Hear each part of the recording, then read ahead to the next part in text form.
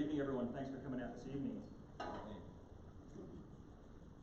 going to start by reading a verse from Ephesians chapter 2.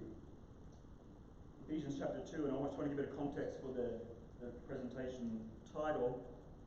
And it says there in the New King James on Ephesians 2, verse 14, it says, "For he, Christ, himself is our peace, who has made us both one, and has broken down the middle wall of separation." And those last few words there, the middle road of separation, is something that I was thinking about when I was making the presentation, and I've sort of used that as a bit of a leapfrog to begin the speech by saying, crossing the dividing road of separation. And with this title, there's a few things I want to talk about. Firstly, we're talking about crossing a road. We're not just talking about looking over the road. We're not talking about them on the other side of the road coming to us. But what we're going to talk about tonight is what it's like for us to cross the road. And secondly, I want to talk about the dividing road. When we were in Scotland, one of the realities was it was a physical road that divided one class from another social class. It was a physical road. On the map in front of me that you could see up there, the blues and the reds indicate the opposite poles of community roads on each side, communities on each side of the road. Red being the most deprived, and blue being the most privileged communities, and all within a neighbourhood that you could walk in 3 minutes. So what you see there is probably about 500-metre radius. So when I say crossing the road, I'm talking about a physical road that we're going to cross, and the divide is that distinct between these groups. And I'll also talk about a separation, and I also want to say that in Scotland there was a hostility, there was a separation, there was a distinct divide between them and us. There was a distinction that needed to be talked about, and a distinction that we also need to realise when we're crossing the road as well. And the distinction is not an ethnic distinction. It's not a CanRC versus Canadian Generals distinction. It's not a gender divide that we're talking about. Most of what we're talking about tonight is the social class divide between middle class and the poor class beneath us. And in respect to that, then I want to focus firstly on one schema, which is maybe a better way, another way of saying what Paul's model was for church planning. And then I want to focus on 20 schemes, how they do church planning.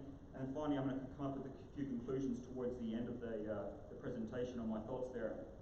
So I'm going to focus for a few minutes on some words that struck me when I was in Scotland from the book of Thessalonians. So if you have a Bible, perhaps you can turn with me to 1 Thessalonians chapter 2. If you don't have a Bible, the screen will be presented on the screen above me.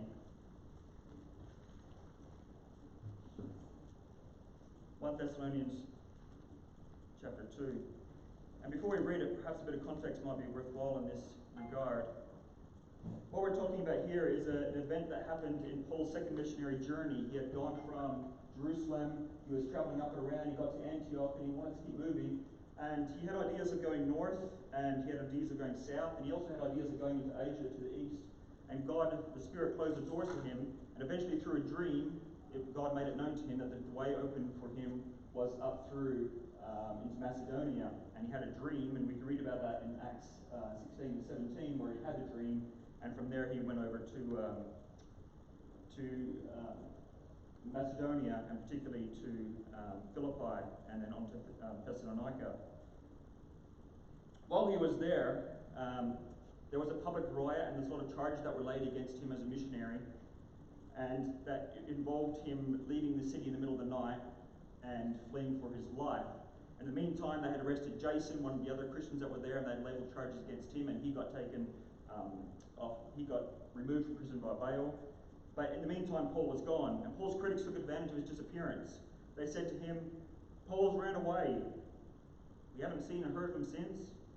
He's probably insincere, and he's probably got unpure motives. He's just one of those phony teachers that are tramping up and down the coast, and he's a charlatan. All he wanted was sex, money, prestige, power, glory, and fame." And this is what the opponents were probably saying about Paul at this time. So when the opposition arose, Paul found it too dangerous, and he took off out of the city. He ran for his life. He doesn't care about you Thessalonians. He's gone. He's abandoned you, and he's not going to come back.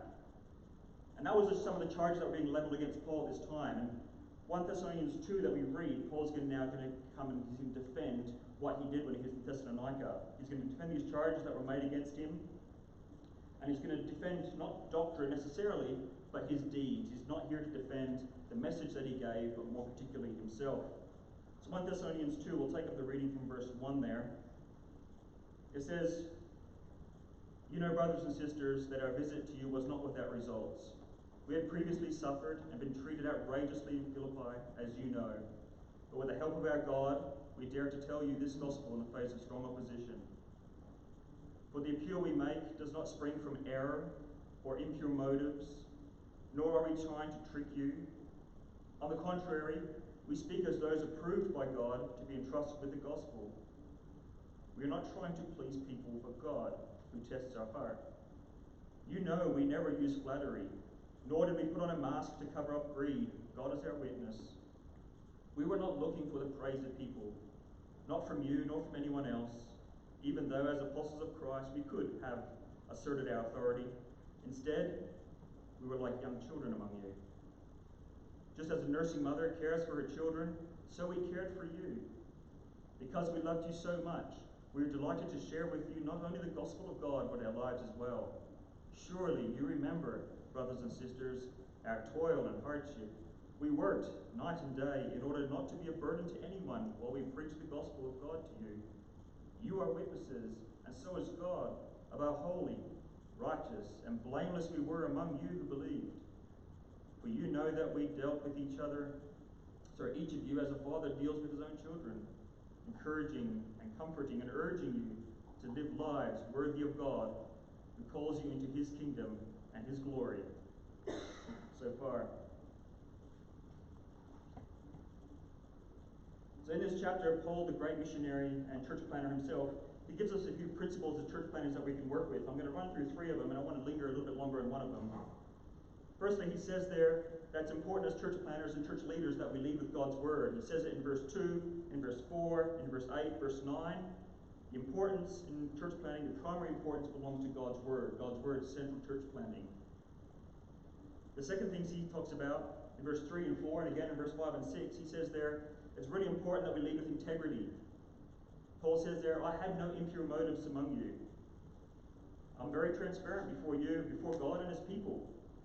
He says in verse 5 and 6 later on, he says, I never used greed, I never used flattery, I never used praise. That wasn't what I was trying to get from you. In fact, Paul says, I wasn't trying to get anything from you. And that leads us to the third motive, which I want to focus on a little bit for church planning, and it's leading with love. Verse 6 to 12, Paul says, he describes how he did it. And he says, I did it gently, I did it caringly, I did it with love. That's how I behaved among you. And in some ways, Paul says, I didn't want anything from you. And then he almost flips it around and says, actually, there is one thing I wanted from you. And that's how I wanted your heart. I loved you that deeply that I wanted your heart. I don't want your money, I want you. And it's because of his longing for their salvation that he became busy in their lives. And this is a verse that really struck forward to me when I was in Scotland. I was reading a book and it referred to this verse and I reflected on it and it really convicted me. Besides imparting the gospel, Paul and Silas and Timothy, who were there at the time, they shared it in their own lives. Literally, it says they gave up their souls, their inner being for the sake of Thessalonians. There was nothing superficial of what they were doing or anything else. It says there that he loved them with motherly gentleness, and he led them with fatherly guidance.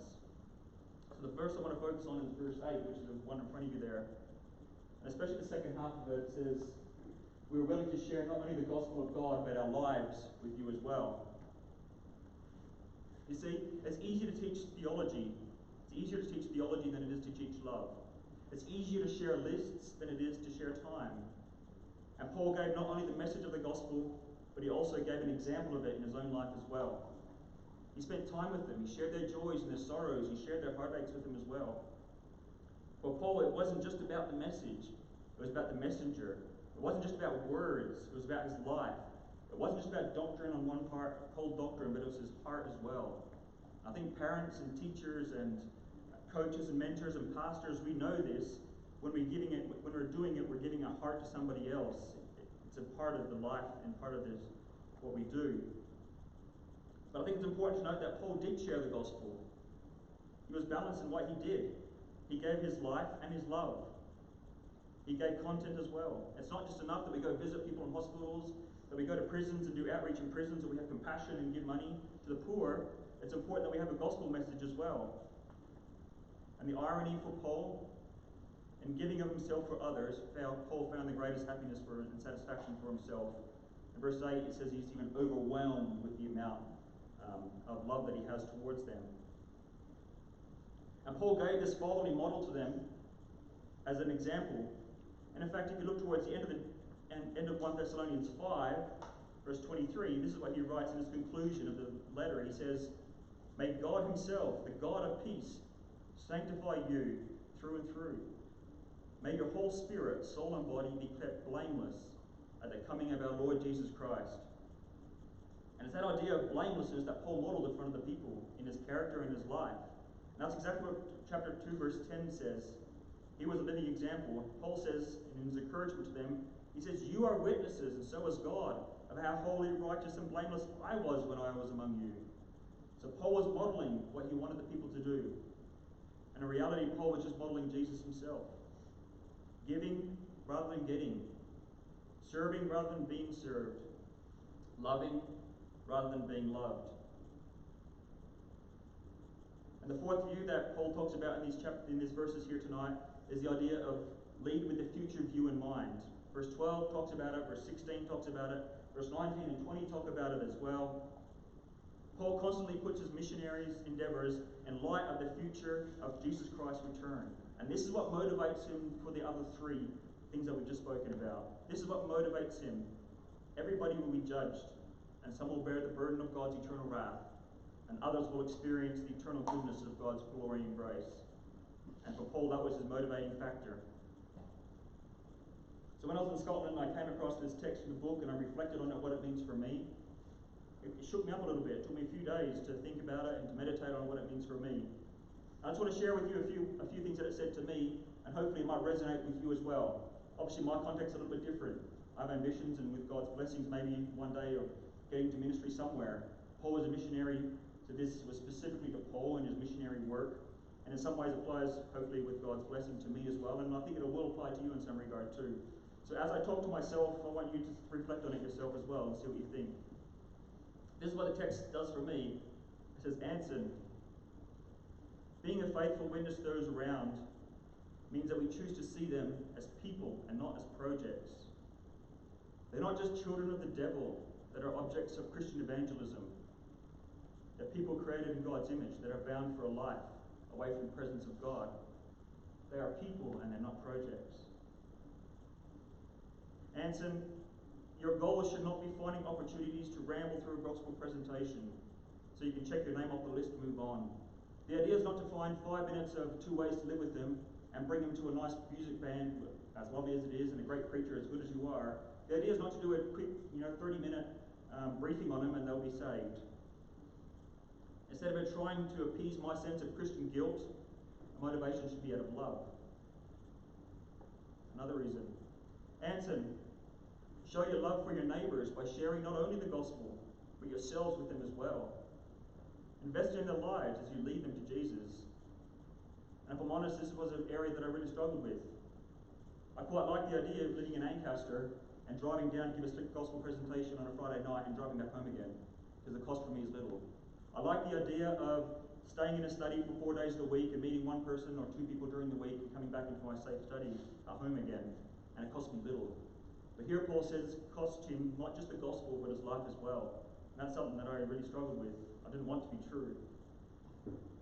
Another reason it says, Anson, the aim of hospitality is more than just inviting a meal and sharing a meal with people. The idea of hospitality is that we can get them to grow in Christ and we can explain the gospel message to them. As Charles Spurgeon once said, everybody's a Christian. So every Christian is either a missionary or an imposter. Another reason it says, Anson, preaching the truth must be combined with love. I found a quote, it says here, Paul had to see these people as the objects of God's love, and therefore I need to see these objects of God's love, and therefore as objects of God's love, they must be objects of my love too. Because God loves them, then so should I. And that will cause me to pour out my life and pour out my life for their spiritual well-being in the church. And then I came across this little interesting quote from Sinclair Ferguson, which convicted me even more. And it says here, at a conference a few years ago, Sinclair Ferguson said, Perhaps the most important lesson I've learned is the absolute centrality of loving the people of God who he gives us to serve. And he went on, he said, that's more important than anything else. Actually, it's more important than our gifts, because our gifts without love will be like a noisy cymbal and our ministry will be empty. You see, a message of God's love without the love of God's messenger isn't love at all. Sacrificing my life for the cause of the gospel without giving the message of the gospel isn't love at all. Preaching Christ and giving my life without a genuine love for God's people isn't the biblical example that Paul gives us. It requires all three: love for God's people, a gospel message, and a sacrificial life. With that, I'm just going to quick word of prayer, and then I'd like to move into the section, which is talking about 20 schemes. So we're just going to pray for a minute. Heavenly God, I thank you for your word. I thank you that your word is always relevant to us. I thank you that your word convicts us, and that it encourages us to live lives that are holy to you, but also blameless in front of other people. But we have so much sin and shortcoming, even in my own life. And so Lord, I just pray that you will work powerfully in me and all of us here. Will you help us to reflect your grace in the community, not just through what we say, but also how we live our life to these people. Help us to give not just a gospel message, but help us to give ourselves. And for those that are in leadership, and we just pray that you will just give us an extra measure of your spirits that we can continue to give, even at the cost of ourselves. So Father, we do pray for this, and we pray for the work of the Spirit in our life. We pray this in Jesus' name alone. Amen.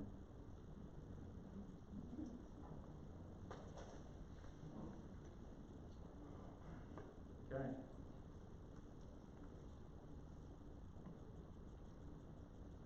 So I wanted to spend a few minutes now going through, maybe a few more minutes, going through what 20 schemes is. To give you a quick update of how I got there, I heard Mez McConnell, who is the director of 20 Schemes, speaking in Toronto about 6 months ago, maybe a bit longer. And then others also heard him speaking at the Acts 29 conference in Oakville last year as well. And when I was speaking to someone, he suggested, Anson, if you're interested in church planning, go to see 20 Schemes. And then Pastor Ian was at Acts 29 conference, and he came back and said, Anson, if you want to do church planning, you should go see this Mez guy. He's amazing.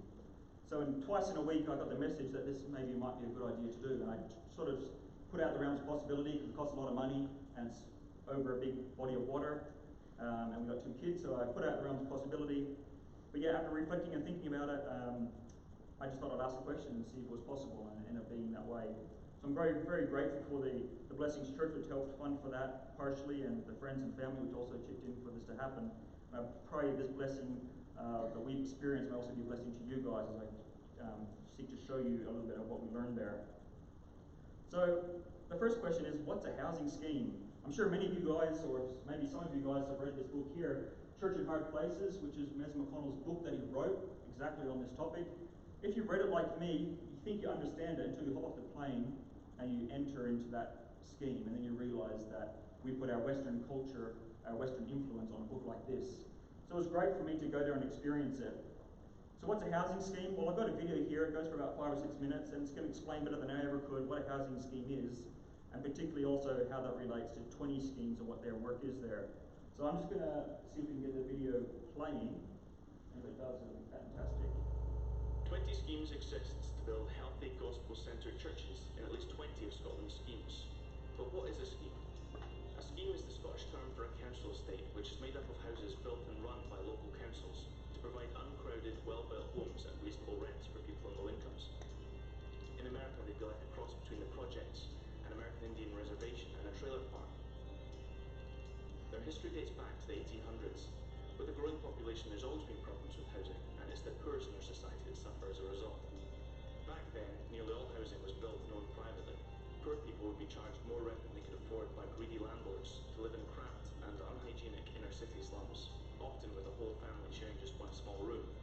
While Britain fought in 2 world wars, house building virtually stopped. So when the wars were over, there was a huge shortage of housing. After World War I, the British government tried with limited success through several acts of parliament to solve the housing problem by putting money into building new homes.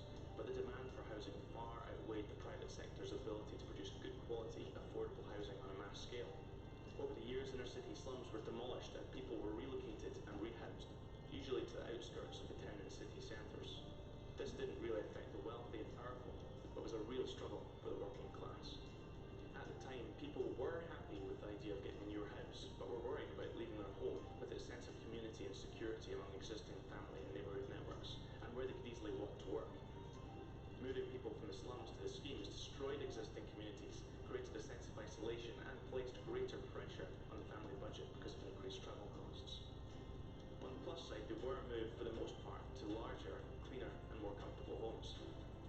Many finally escaped the clutches of tyrannical private landlords and were treated more fairly with the opportunity to have their complaints heard and acted upon by the local authority or council. Around the 1960s, councils demolished their stock of old terraced houses and replaced them with high-rise flats. In fact, they became a central feature in most of the UK's council estates and schemes. Again, the result was people left lonely and isolated in these enormous buildings, despite living in better conditions. Prior to World War I, 1% of the population lived in council houses, and by 1938 that figure had risen to 10%. By the late 1970s, that figure would rise to 50%. For nearly all of the 20th century, housing schemes have been the responsibility of central and local government. Schemes used to be places of respectability and pride for the working class man and his family, with perfectly trimmed lawns and net curtains hanging from the windows. Unfortunately, problems soon became apparent as urban life set in, and many of these places were left to decay and rot over a period of decades. Abandoned buildings became a feature. Schemes began to be marked by rising crime, violence, the explosion of the drug scene, gang culture, and a lack of economic stimulation. This led many empty properties to become squats in which to buy, sell, and take drugs. These days there's a variety of people living in schemes. To the working class who work hard to provide for their families, often holding down 2 or more jobs and struggling with credit and increasing debt. We also have the benefits class who've been on social security handouts for generations. Even when they do work, they still claim benefits because it's seen as giving it to the establishment. For them, it's all about entitlement. Why bother working when the state will give them money anyway? Hand in hand with modern redevelopment, we have an influx of middle-class young professionals trying to get in the property ladder as schemes are the cheapest place to buy a house. Then we have immigrants flooding in from around the world, met with suspicion and derided for taking jobs, usually by people who haven't got a job, don't want a job, or wouldn't even consider doing most of the jobs these people are doing. These new groups bring with them their own worldview, often not understanding what it is to join a tight-knit scheme community where families have lived for generations. All of this is fed by a culture of medication that's commonplace, and a criminal underbelly that deals in street drugs, prescribed medication, and stolen goods as a matter of course. Far too many people are ruled by fear, control, and the ideal of not being a grass. So today, the Scottish Government calculates how deprived an area is by ranking it in 7 major areas. Firstly, current income, employment, health, education, skills and training, geographic access to services, housing and crime. And Scotland's housing schemes are usually rock bottom within these parameters. In Glasgow, for instance, there are more than 100 areas which we would designate housing schemes, or areas that fall into the list of urban deprivation. Schemes, then, are a real mixture of people. Opinions on them differ depending on your life history and experience of them. To some, they're places of horror. To some, places of terror.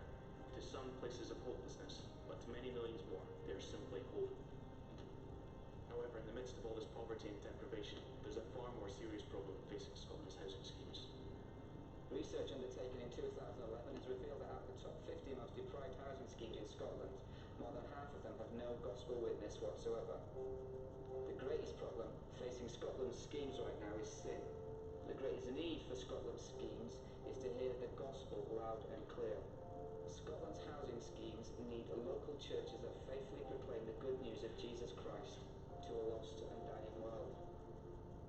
At 20 schemes, we desire to see the housing schemes of Scotland transformed by the gospel of Jesus Christ through the revitalisation and planting of gospel-preaching churches, ultimately led by a future generation of Indigenous church leaders. So to that end, we've started a church planting and revitalisation effort by recruiting, training, supporting and sending church planters, gospel workers, ministry apprentices and short-term interns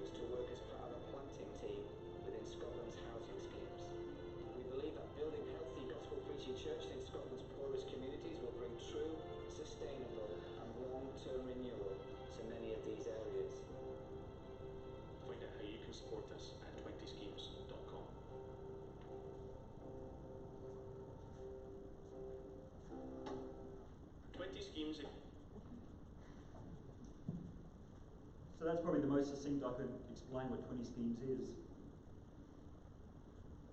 So I want to go through now and quickly introduce all the different schemes that we were at. We're at 6 schemes. There's a total of 8 schemes that exist in 20 schemes. We went to a total of 6 of them. And I want to give you an idea of what they do, what they look like, and the work that they're busy doing there.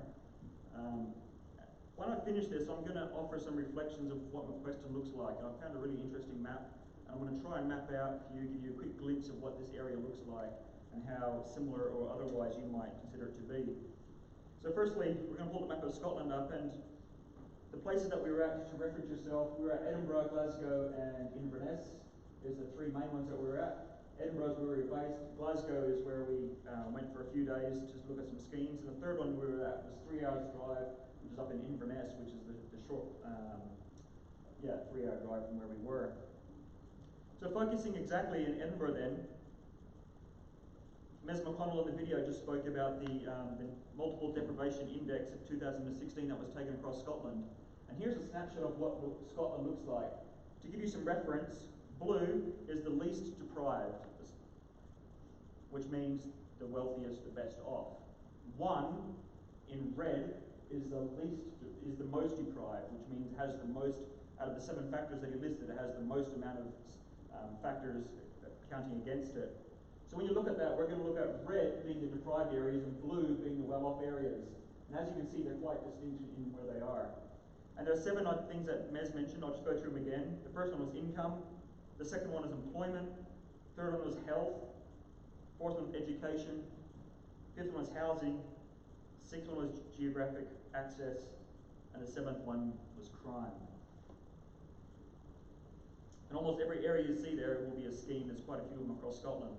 So what does Edinburgh look like? In the next slide, if you were to take just the most deprived, keep clicking through, you get to the next slide.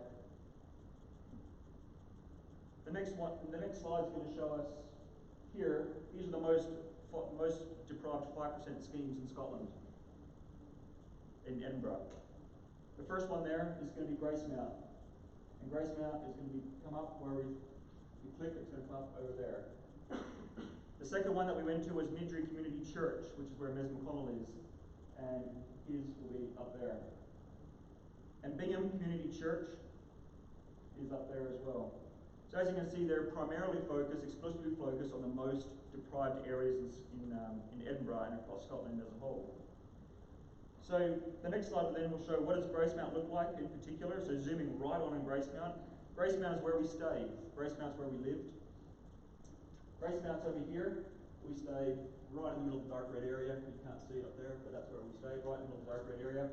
And as you can see here, it measures very, very low on almost all of them except for geographic access. It's on the main road.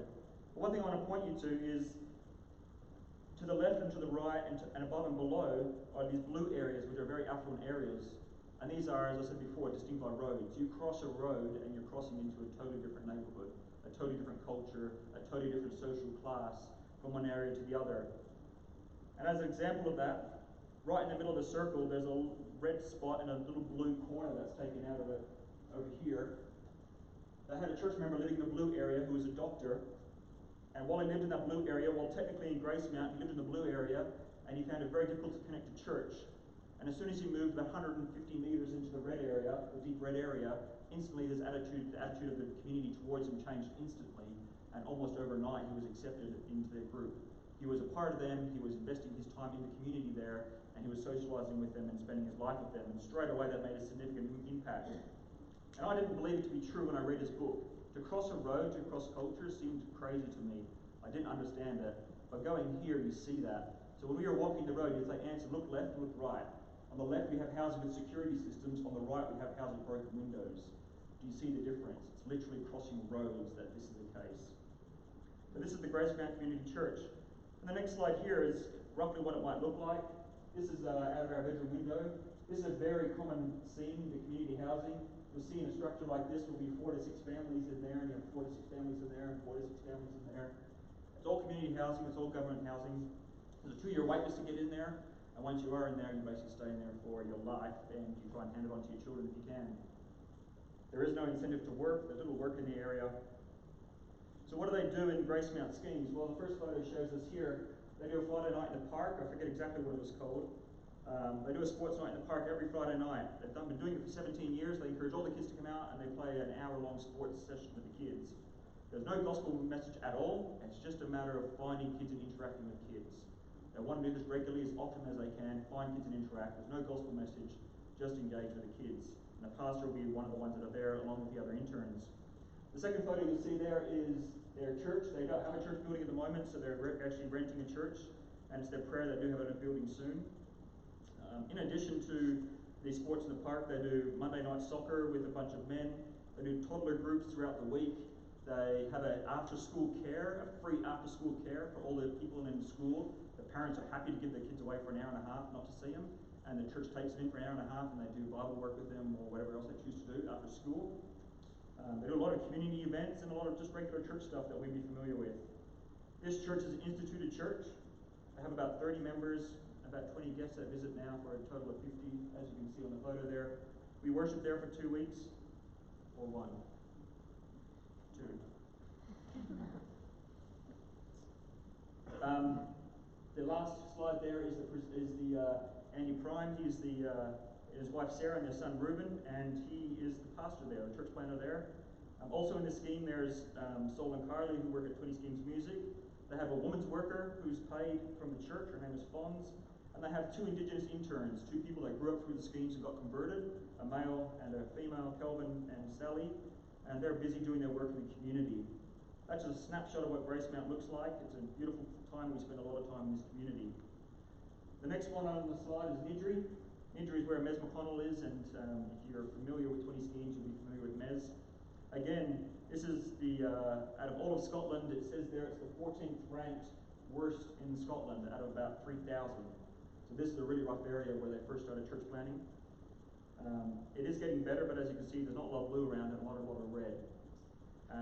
The church has been going for about 10 years and now has about 80 members and about 40 visitors regularly for a total population of a Sunday of about 120. And that's after 8 years. The next slide will show us what it looks like inside. There's the schemes again. You can see it's all multiple houses with multiple families jammed in there. The next slide will show us what their community cafe looks like. Every church plant they do has a cafe. The cafe is one way of drawing people off the streets and come in for a coffee. It costs 50 cents, 30 pence, or $1, whatever it's going to be. And all the locals come down there, especially those that are in hard times, and they have coffee and they have a breakfast, which is like $1. And it's a way for the interns and the pastor to get to know the community. So they all sit up and they all have cafes. That's what that cafe looks like. It's quite an extensive cafe. It's the biggest scheme that there is. Included in that, they do, the next slide will show the children's grade 2 to 7. They do a soccer and a Bible message every week. So here you can see all the grade 2 to grade 7-year-olds in the community. All the parents drop the kids off. They're happy to do that for an hour and a half. It means you don't have to see them for an hour and a half. In the meantime, they teach them Bible study. So Lewis is teaching Bible study, and the others go into their room next door into the gym, and they play soccer there for about an hour and a half total. In addition to that, they also have grade 7 and over, and they do soccer and Bible messages. They have adult Bible study. One-on-one discipleship is a huge thing that they do there, and every time you're in the cafe, you're going to see one-on-one disciple programs happening everywhere, all the time, between interns and women and men and pastors and that. So that's Nidri, and the last slide there is their pastor. That's Pastor Jason, his wife Gretchen, and their family. They just recently started as a pastor there. Mez has now moved over to a more director position in his work. He's an American who's been there for a year and a half, which is interesting dynamics having an American in a church plant. But he's totally connected with the schemes and he's doing a great job there in the community. The next slide will show us some of the interns, just so you get an idea of who these people are. Here we have Andy on your right, Sam in the middle, and we have Joe on the left. Sam is a recent convert from Wales. If you've watched 20 Schemes at all on their YouTube, you would have seen his testimony come up a few weeks ago. Amazing testimony if you ever want to hear a gangster that's been arrested for attempted murder and everything else. That's him. He's a great guy, and we had a wonderful time with him. Next to him is Andy Constable, who's one of the other church leaders in the church. He's a co-pastor there as well. The next one will show us also some other ladies that work there. The one second from the left is their women's worker. She's a paid women's worker in the church, and it's her job to be busy doing all the women's stuff there. I'll talk a little bit more about that later on. The lady on the right is Sharon. She calls herself Shaba. She has just written a book that's come out recently called what's it called? Extraordinary Women, or something along those lines. She's there. She does all the women's ministry. She does an amazing, amazing work in teaching women how to reach out to other women and how to be leaders in the church as well. The next slide shows Bingham Community Church, which is the last one in Scotland, the last one in Edinburgh I want to show you. It's nearby. It's right next to Niddrie. So Niddrie is just below it here, and up there is Bingham. Now, as close as I look, you could probably walk between the two, and it takes you about 60 seconds, but they're a completely different scheme.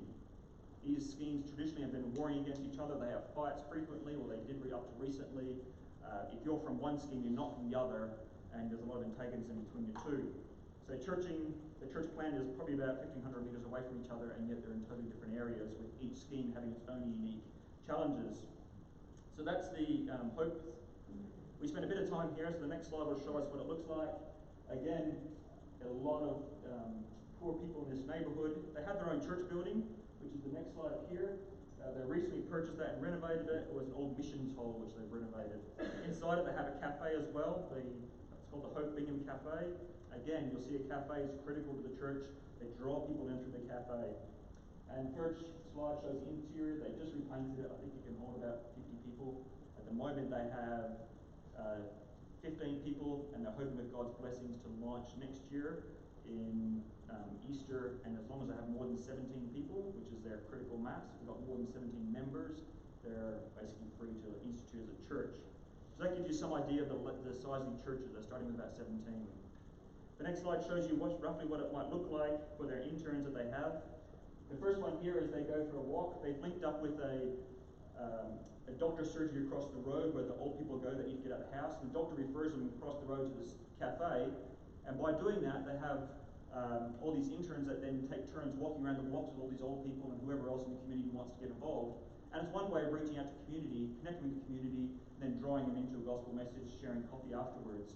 So here you can see, here's one of the interns up here in the middle. That's Emily. Joash is sitting on someone else's shoulders. And it's a bunch of people going for a walk. And again, they're just trying to be intentional about meeting people, whether it's walking around the block or whatever else they might be doing.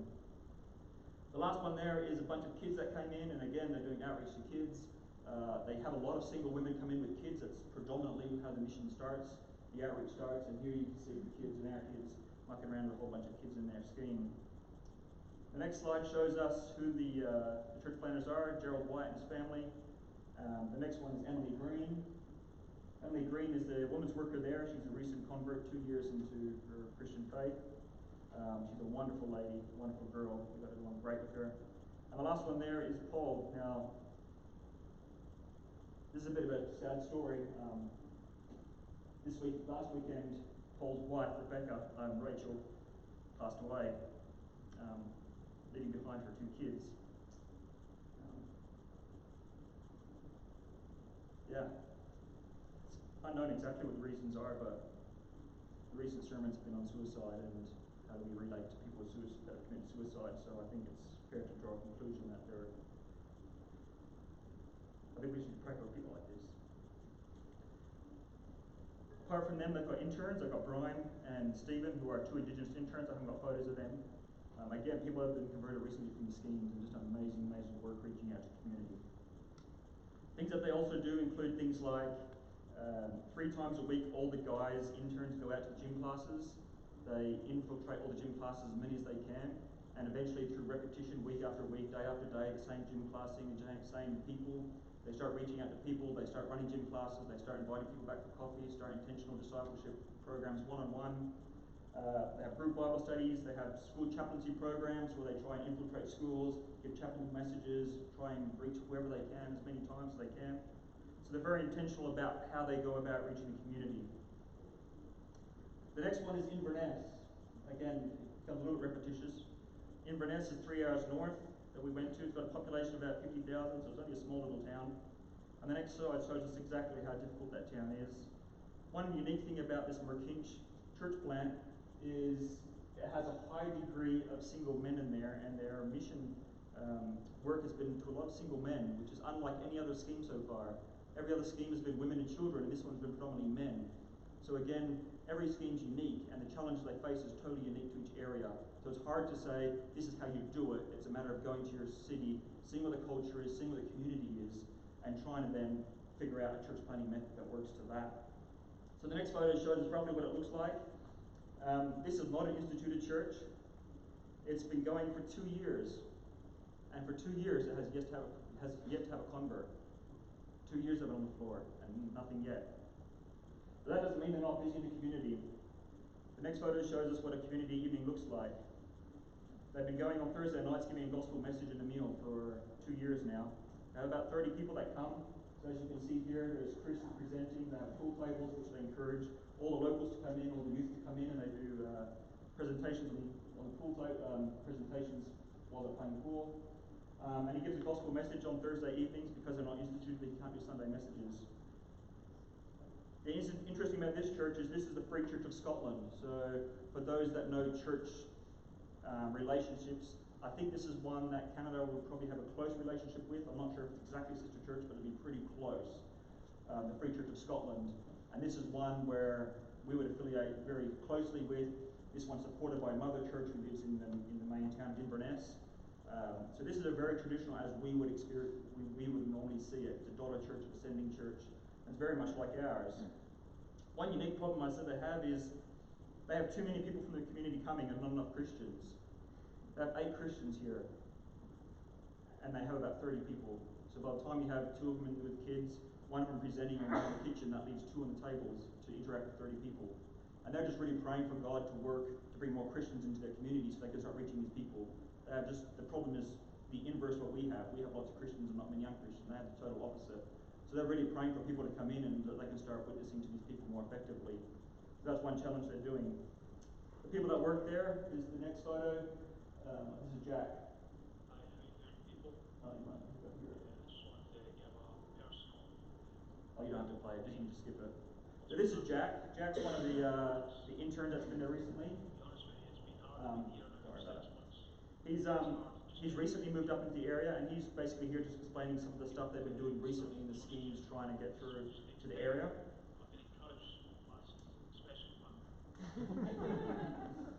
All right. And the last photo was of Chris and Catherine, who are just a wonderful couple again. Moving over to Glasgow. Glasgow, you probably see, is fairly different to Edinburgh. Glasgow has a lot of red, and Mes McConnell in his video that we saw previously said there was over 100 schemes that are most deprived. And here you can see all the red is a hugely deprived area. Glasgow is a tragic area where there's just so much need. Population, Glasgow is about 600,000, which is about the same as Hamilton. Hamilton's about 580. So the population of Glasgow as a whole is about the same population of Hamilton, to give you some context of what we're talking about. And Edinburgh is the same size. So that's roughly, when you're thinking size-wise, you're thinking the size of Hamilton. So the next one then shows us what the most deprived 10% look like. And unfortunately, it covers, 20% of the city. It is a tragic situation there. In there at the moment they have 2 churches. One of them is called the Hope Community Church in Blarney, and one of them is called the Mary Hill Evangelical Church, which you can see up there. So just going forward then to the Hope Community Church. As you can see, it's in the middle of an abundance of bread. It's in tragic, again, it's in a really hard area. There's a lot of household poverty that goes on in the area. And if you go to the next slide, you can see roughly what it looks like. This is outside the church. The whole area is built like this, 4 stories high, and there's houses everywhere. And in it is just an abundance of unemployed people on drugs and social benefits and that. It really is a depressing situation. I think one thing we found interesting walking through there is the lack of children in the streets. You'd expect to see lots of kids there playing in the streets, but the reality was there weren't many streets, there weren't many kids there, and it was almost ironic. It looked like a war zone where no one was in the streets.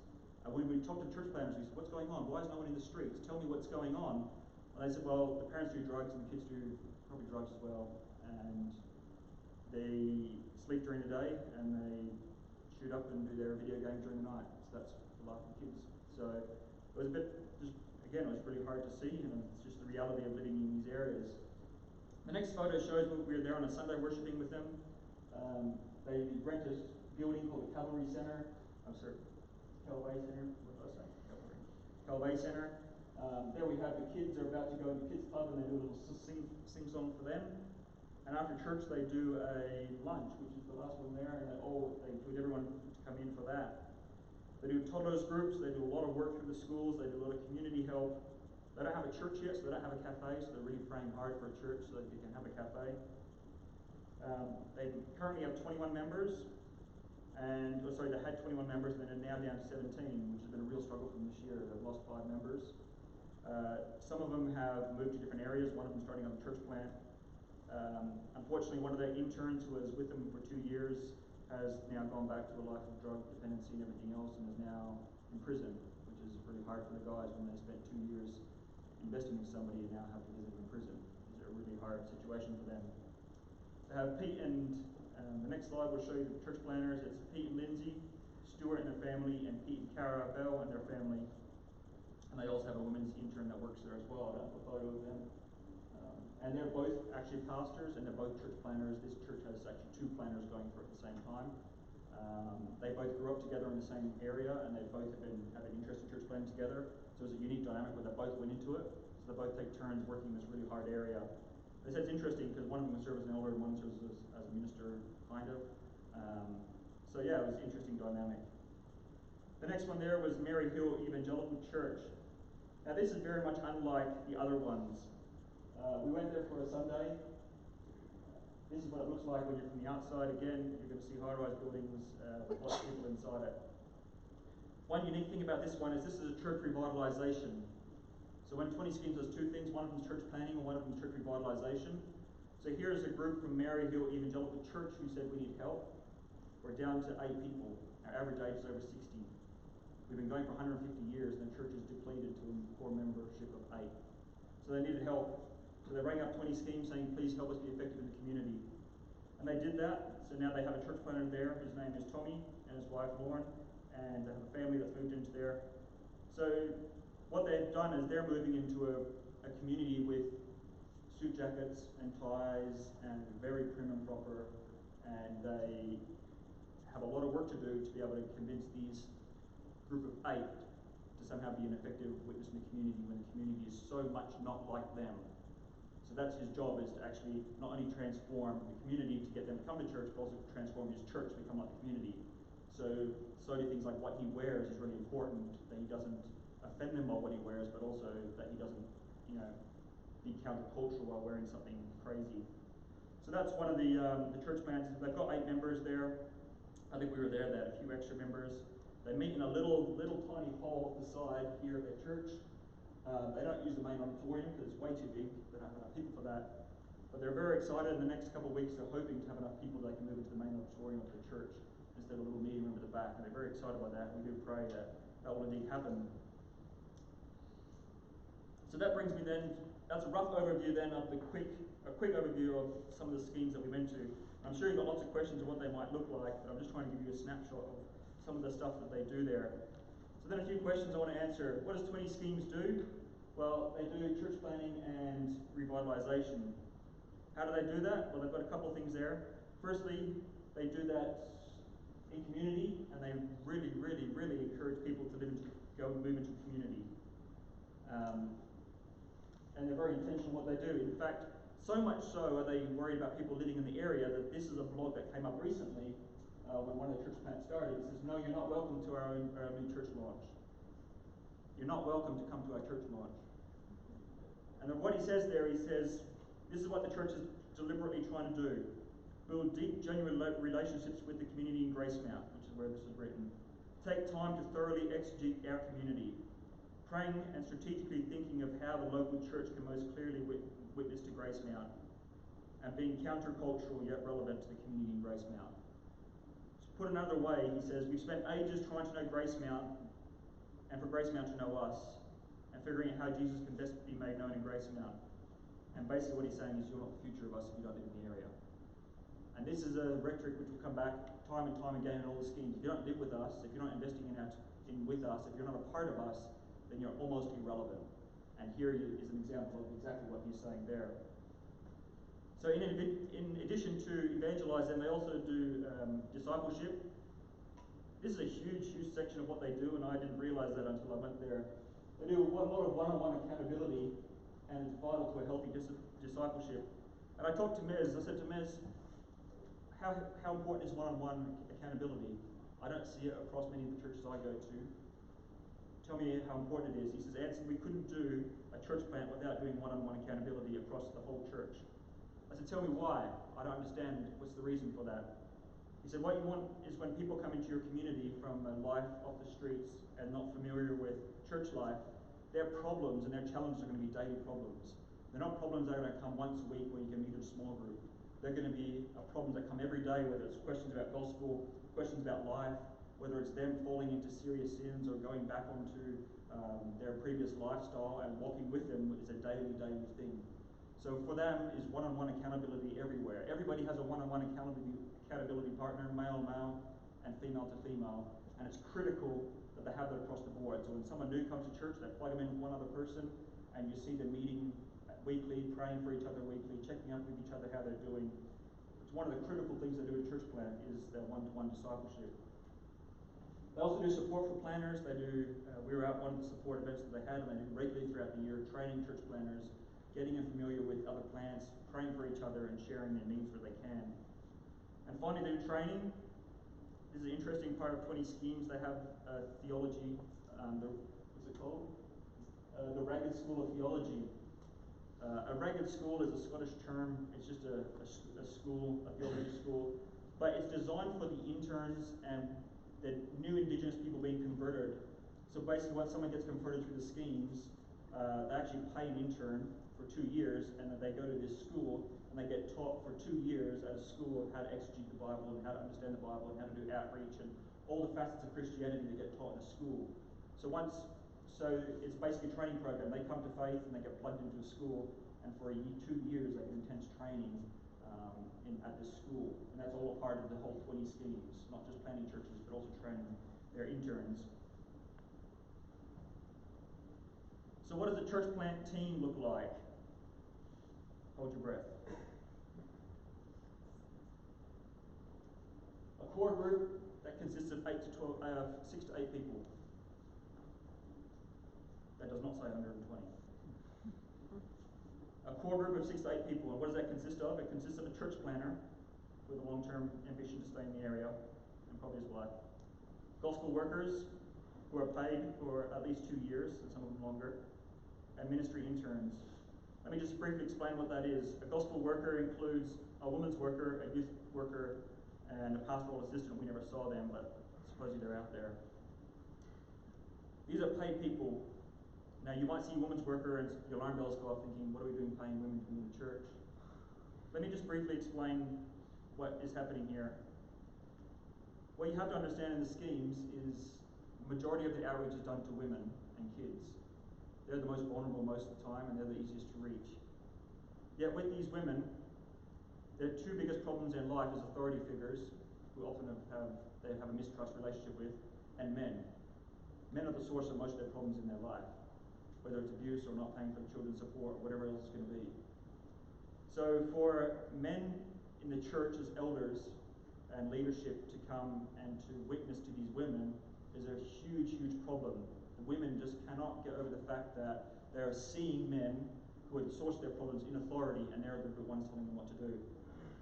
So what they have is they have women's workers who are paid, and it's their job basically to ensure that all the women are connected with one-on-one. They do a lot of visits with the women. They set them up to make sure they're stable. They have financial support for everything that they need. They give them counsel. And then once a month, when the consistory does their work, this woman worker sits in on the pastoral section of the consistory meeting, and she can report on the visits and the work that she's doing in the church. And she'll get advice from the men. The men can use her as a sounding board for the community. But through her, they can witness to the women in the church. And it was hard for me to understand that until I sat in a consistory meeting and witnessed what these women do. The amount of work and the amount of visits they do every week to all the women in their church.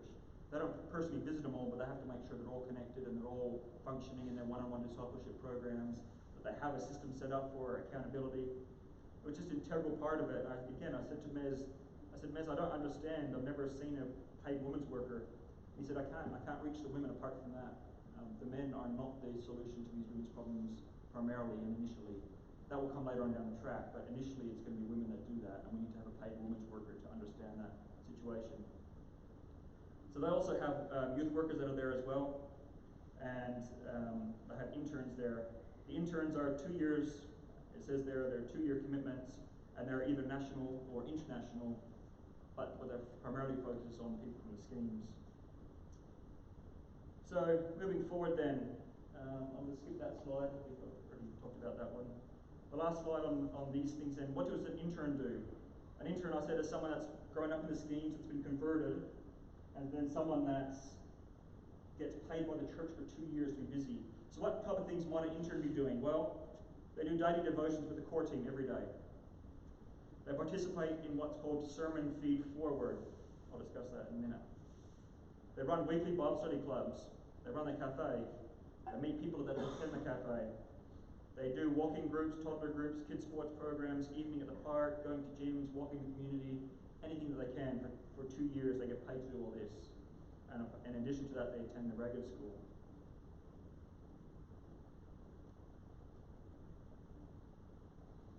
So what's on our side of the road? Next slide. I just want to spend a couple of minutes giving you the quickest, briefest snapshot of the question that you'll ever see. I got this data from censusmapper.ca, which is a Canada census from 2016. Let's go through McQuestion and see what McQuestion looks like. Firstly, age demographic. This is Hamilton. Forgive the colours. I hope you get your orientation. We are in the middle of that dot there. This is the average age across Hamilton, and the area in the middle of that pink dot, the average age is less than 30. So where we are standing now, the average age is less than 30 in some of that. Next slide. What's the percentage of children between 0 to 14? Again, blue is the extreme, so over here is not many, here's a lot, and here we're looking at over 20% of the people here are under 14 years old. And as you can see, that's high density compared to most of the area around us. Looking maybe through some of the things that 20 schemes classified and their deprivation index, what does income look like?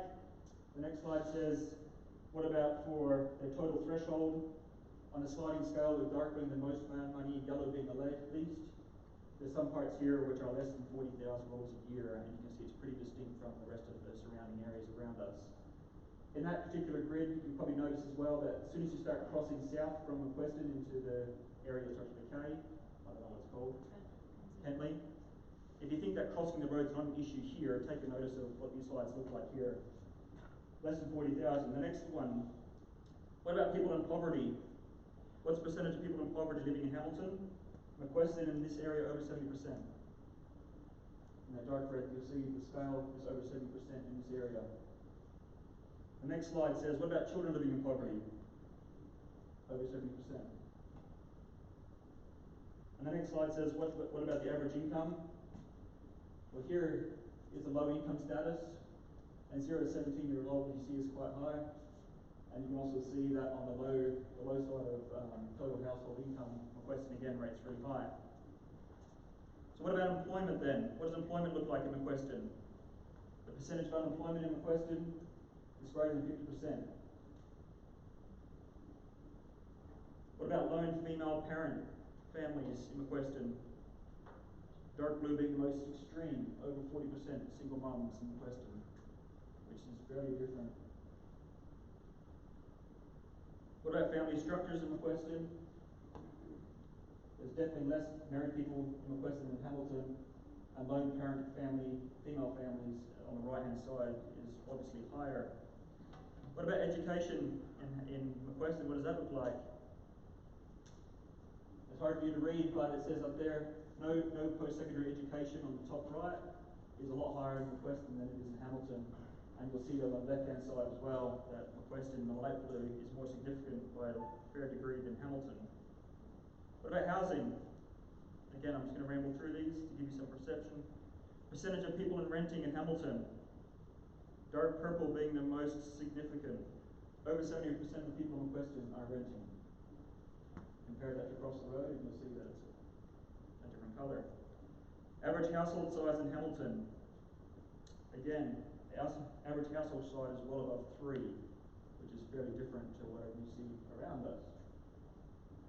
What about that toddlers per kilometre square? With green being the most amount of toddlers per kilometre, which gives you the high density of toddlers in the area. What about ethnic diversity in the area? Again, you'll see there's quite a high, over 40% of ethnic diversity in McQuestion. So my question to you then is McQuestion a scheme? If I was to list those demographics, I would say there's a low average age and a high ethnic diversity. Regarding income, there's low average income and high poverty. Regarding unemployment, there's high unemployment and high female parent families. The degree of education is low, and the housing rental is high with large families. And for some reason, that seems to be pretty schemish to me. I guess all that to say is I'm not sure that Scotland is so much different to what we're dealing with. So I want to move to my last section quickly, which is called Crossing the Road. Crossing the Road. And here I've got some reflections of what I want to consider tonight, or leave you guys to consider maybe. And these are my reflections, and I'm happy to be challenged on them all.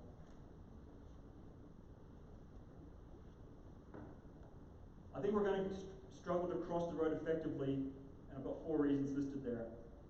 We're going to struggle to cross the road effectively as a church community if we don't understand the difference between churching and church planting. Secondly, if we don't recognize the difference, the challenges between social classes and cultures. Thirdly, if we don't consider the personal cost for genuine church planting. And fourthly, if we don't evaluate the ecclesiastical cost for genuine church planting. And ecclesiastical may not be the right word there. I'm not sure what it was. So I'm going to quickly go through those 4 points, and then I'm going to finish up there. Some of my thoughts regarding what is church and what is church planting.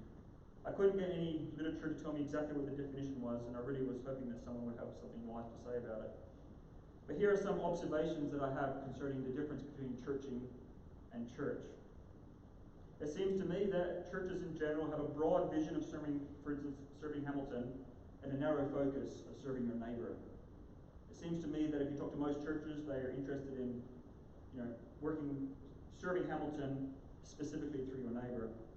But if I look at church planting, they seem to have a narrow vision, e.g. reaching a particular neighbourhood, but they seem to have a broader focus. It's not just your neighbours, it's anyone in your neighbourhood. So there seems to me to be some difference between that, whereas church planting are very focused on this area and not Hamilton in general. No one in Edinburgh was focused on Edinburgh, they were focused on Gracemount or Niddry. So I think there is some differences there. It seems to me that in general churches, the building location is largely irrelevant. For instance, I evangelise people in Ancaster and I drive down to wherever the church is. Some other people live in Stony Creek and drive down to wherever your church is. It seems the church is slightly irrelevant to the work that we're doing. We're all busy in our neighbourhoods, yet we drive to a church, which is somewhat irrelevant, and the community around that church is somewhat detached from where we are. Yet in a church location is really important. It's in the middle of where you live, it's in the middle of where you work, it's in the middle of everything. When I look at churches in general, I see there's no requirement for a church member to be in the neighbourhood. We all live in different areas and we're okay with that. But when I think of church planting, I think of people that, as we've seen, are required to move into the neighbourhood to invest in the community. When I look at churches on one hand, I see large growth from de-churched and church people. When I look at church plants, I see a growth that they want from Indigenous people from the community. They don't want an influx of all these other people. And lastly, when I think of churching, or church as we normally call it, I see that the church is largely irrelevant to the neighbourhood, and I try to think of a word for that, and I think almost super-cultural. It's above the culture. The churches that we have generally don't reflect the immediate culture of our church building. They're just a church. But yet when I look at church planting, there was one definition I read which seems to be transcultural. We want to reflect the community of the church, of the community in our church. There seems to be some connection there. So church planting is not just simply starting a new congregation. It's not a new meeting. It's not opening a new building. And it's not creating a smaller version of the same thing. I don't think that's what church planting is. Somehow, we, Blessings and Mercy, particularly need to reflect and consider carefully what this church is. Is it a church plant or is it a church? And I know we talk about hybrid models, but I think we have to consider and wrestle with that and struggle with that a bit more. What are we doing? Are we church planting or are we churching? The second challenge I want to quickly consider is the difference between social classes and cultures. When I was in Scotland, one of the things I talked about was cultural insiders versus cultural outsiders. And this is what you need to understand. A cultural insider is someone who grew up in the schemes, grew up in hard areas. They understand the hard life issues. They identify with the hard life people. They live in the hard areas, and their life is often around things like drugs and crime and single parent families, unemployment, poverty are always something they struggle with. Cultural outsiders in our respect is someone who didn't grow up in hard areas, someone who doesn't understand the culture, someone who doesn't identify with hard areas. But we generally come from stable families, 2 parents. We don't have much effect by drug or alcohol. We don't often have abuse in our families. We don't often have the same problems with money. So when we talk to people on McQuestion, we are outsiders. We don't understand. We can't identify with them. They are the insiders of this area. We are outsiders trying to reach out to them. I think it's important to realize that there is a divide between us, and we do come from different perspectives. So not only is there a cultural barrier, there's a social barrier too. I think if any of you have read Andy or seen the link that Ian sent around with Andy Prime, and he talked about the challenges of a middle-class pastor. If you haven't seen it, you've got to read it, you've got to listen to it. Maybe we can send it out again. There's a difference that we need to wrestle with. The privilege versus the disadvantage, the council estates versus up on the mountain. We're going to struggle if we don't understand that there's anger on both ends. We see the poor people as the bane of the problems of our existence. They abuse the system, they're low on everything. They see us as the problem for all their problems. We're the ones who don't do what's required. So there's going to be this angst between each other. We are not their heroes. When we come into their thing, we are their problems, not their heroes. So I think when we do realize that we're crossing streets and cultures, when we're crossing streets, we're actually crossing cultures. When we're crossing the city, we live in 2 different worlds though. And I think this is where we need to realize that there's a barrier between us and them. We also need to realize it takes trust. Trust that takes a long time to build up with these people, and it's lost in an instant. You don't keep your word and they no longer have trust for you. And we need to realize that. We need to realize it's going to take a long time, even for elders in our work with these people, to get their trust. There's another interesting one that Andy Prime talks about. He talks about the culture in terms of we have to be able to eat and drink with them, not just preach and teach with them. He said if you want to sit around with them at the Lord's Supper table, you've got to make sure that you at least have them in your household once. And what he's trying to say is, no one's going to believe your slick presentation. They want to see your authentic life.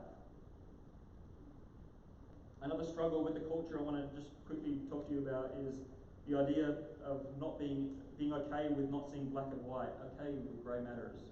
When I was listening to one of the church plants' sermon, Andy Prime was using an example of marriage and he was preaching on marriage and divorce from the Sermon on the Mount. And he said, how do you preach marriage and divorce when half your congregation is either married and divorced, or the other half is living together common law, having once divorced already? Are you going to tell them to not live with their partners anymore or get married, but the fact that they have been already divorced once? He said, you have to live with these grey areas of tension. What if you have a sermon on honouring authorities, you have illegal immigrants in your church? How are you going to work that one out? Tell them to go back to their homeland? There's a grey area there where somehow we have to wrestle with that. What if you think of anger when you don't be angry, when there's child abuse and sexual abuse and drug problems that are rife in these areas? What does anger look like in those areas? And I think we have to be okay to wrestle with some of those grey areas. And the last thing we need to realize is the power of a dominant culture. Andy Prime has a great section on this. I'm not going to repeat everything he says. But he said if your church doesn't have a culture, if you think your church doesn't have a culture, it's you. You are the culture. And one example he gave in another book was from Luke 3. Luke 3 is John the Baptist preaching, and he preached to all these people around him. And when everyone said to him, John, tell us what this means for us, John said, 4 different applications. He said to the crowd, in John 3, John told them, share your food and clothing. To the tax collector, he said to them, stop cheating. The same message had different application for some reason. And to the soldiers, John told them to stop extorting money and to stop accusing people falsely. So I think we have to understand that we have a culture that we have to be aware of. A I read another one about John 4, about the Samaritan woman and 5 husbands, and the one that's no longer, the one she's with is not her husband. And this person said, imagine this, we think that she's an adulteress, that she's been sinned, that she's a sinner. But other cultures might interpret this story totally different. They might imply she's been abandoned unfairly by 5 men, and the man she lives with for protection now is not even her husband, won't even honour her by marrying her. And other cultures it may be totally the opposite, where she's the one being sinned against. And what we need to realise is the text in this situation doesn't actually say she's a sinner. We've implied that on the text. And whether rightly or wrongly, we need to realise that our interpretation of these things is our cultural influence that we have on these things. So we want to be a transcultural church, a community that reflects, embraces, and enjoys the diversity of its context by the power of God transcends culture. 2 last points, and I'm going to finish up. It says, the personal cost for genuine church planning.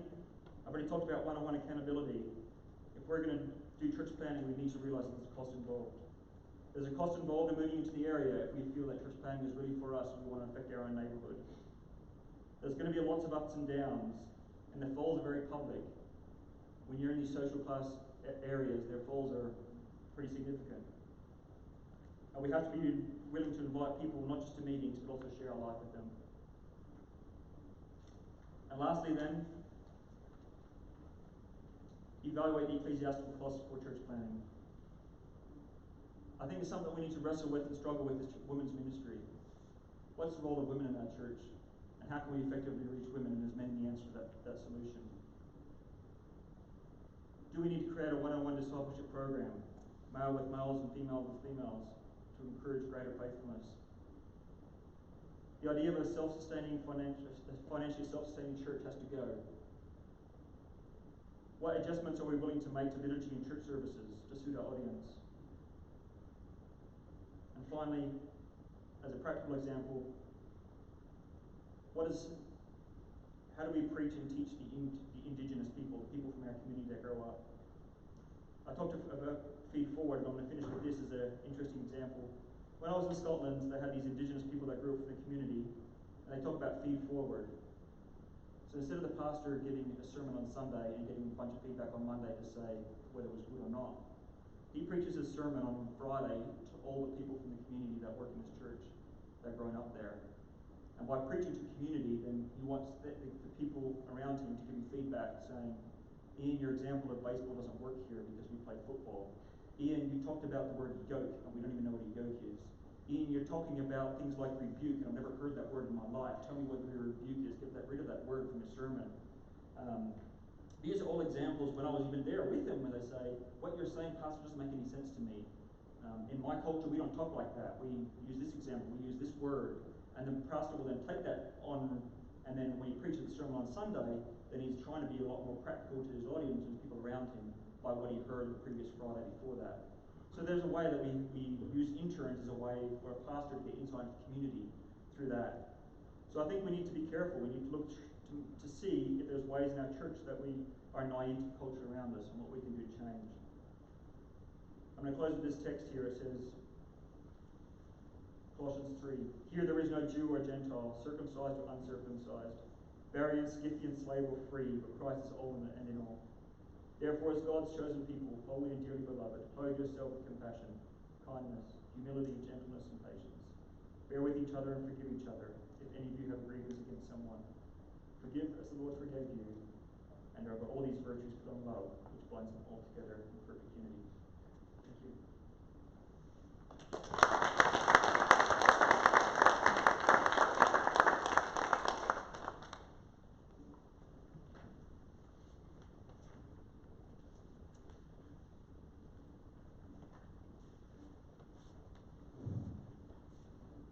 Thank you. Thank you, Anson. I'm a little scared to say anything. Probably because I've done something wrong in that. But it was very, very enlightening. And I think we want to open it up for questions and be honest and frank with your questions. We are a community that loves each other, and we're willing to be honest and frank about things. So ask away. And I hope you do have some questions. And with questions pertaining to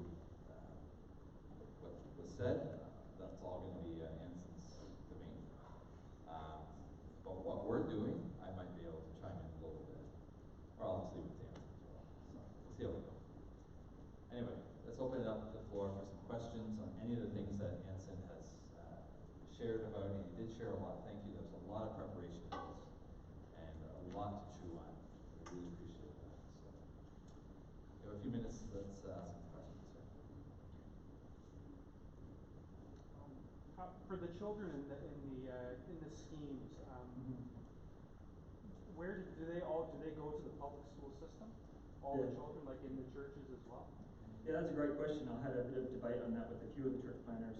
They all send their kids to public schools. Private schools are not a big thing there. It's very uppity if you send your kids to private schools. But the more important pressing factor for most of the church planners was, how do you reach community if you don't do it through the school? They are intentional about sending their kids to the school. After care, before care, school care, after school care. They're very intentional about trying to get into community that way. The parents get involved in the classroom as much as they can, get to understand the kids and then the parents through their eyes of the kids. So yeah, they're very intentional about sending their kids to the local school and using the kids in that school as a vehicle of getting into the community again. So, which is something that, again, I'm not familiar with that, but for them it was a no-brainer. Yeah. For the one-on-one discipleship, Yeah. is that for all members, or is that when new people come, they get paired up with like a one-on-one disciple? Yeah. Or is every single person in the church? Yeah, so the question is, the one-on-one discipleship, is that for everybody or just the new people? In their church, it was everybody. And a lot of work to set up, but everybody was involved in that. It was interesting, I was talking to one of the consistory members about that, and they said it was great because when there's a problem, they've got two people to talk to. Not only the person with the problem, but also as a accountability partner, and how they can wrestle with that, and how they can help each other out and witness to each other. So yeah, they had that set up across all of them. Now, bear in mind, their churches are not 120, their churches are smaller, so it's easier to do that. But every consistory meeting will get together and ensure that they'll have accountability partners and that they're somehow meeting regularly or frequently at least to make sure that happens. So yeah, very, very important. But you were also saying in a discussion from the airport, where I got this whole presentation, that sometimes a woman or a man would have 5 or 6 people that they're kind of caring for. So it was not altogether one person to one, but one to always one-on-one, but not one person could have 4 or 5 people that they're because you're not, and the point being, you didn't want, and no one's supposed to fall through the cracks. Correct. And probably not everyone is able to give proper discipleship. They're not in that place in their faith walk with Christ to be able to actually be able to do that. It depends on the maturity of where the church is at in terms of how many mature believers can meet with other people. So some of the pastors were meeting with 3 or 4 people, some of the interns were meeting with 2 or 3 or 4 people. But the idea is once they're mature enough that the intern or the pastor will then step away from that one-on-one discipleship and they'll try and plug someone else into that. So the pastor or the intern then can work hard and the next person, whoever that might be. So it is true they may have more than one initially, but the intention is to have one-on-one everywhere. So when they do one-on-one discipleship, like how does that look? Because I've heard of other churches that do it, and then let's say I'm set up with somebody, and I roll through like 5 or 6 questions every day, right? What are you doing? What are you thinking about? Yeah. This and that. Like how do they keep? Like what do they do? Yeah, I saw it happen in terms of, I saw them at the table doing it. I'm not sure exactly what they're all doing. I got a snapshot when I was sitting in one of the pastor's offices and he had an accountability one-on-one discipleship chart on his walls. I took a photo of it and I've used that now for myself. It's just a bunch of questions and reflections that they can use to hold each other accountable. And it may just be a simple message or a phone call once a day saying, how you going? Great, good. How you going with this? Did something happen today? Can I pray for you in a certain way? It may just mean just a simple contact one-on-one every day to see how things are going. And pretty soon you have a relationship where if you need prayer for yourself, then you've got someone that will pray for you. You can just text them and they'll know that. But I didn't see exactly what they're talking about. There's a lot of open Bibles and a lot of prayer going on. Obviously you can't meet every day because people work and they're out and about. But they said at least there's contact, and in reality maybe it's every second day. But the idea is it's not a once a week thing. It's very frequently catching up and trying to work with each other as often as they can. So. And one of the things that you just shared with me as well is the importance of the open Bible. Yeah. So that when you're walking with a new Christian or someone who's coming entering into this place, that your go-to place will always be Scripture when you're walking through Scripture. Do we have a plan for like a women's and children's ministry for Mercy, especially with the office kind of through and stuff like that? Yeah, we are kind of at the beginning of a lot of things here that we're working through. But certainly the area of children and women's ministry is high on the agenda to consider, as well as the one-on-one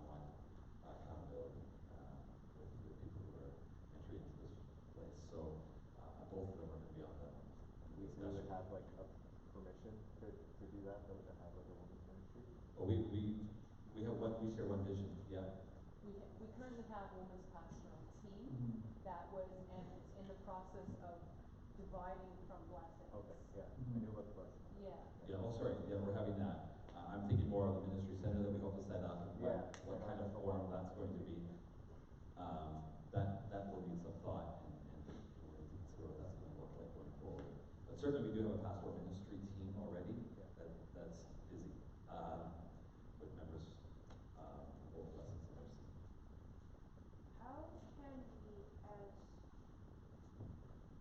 How can we be more aware of an individual suffering without, like let's say, okay, I've had this kind of conversation earlier on in this, like in the week, at small groups, is that there's somebody that kind of grew up different than how I grew up. Here's somebody that grew up in the church and has grew up kind of with God, right? But has not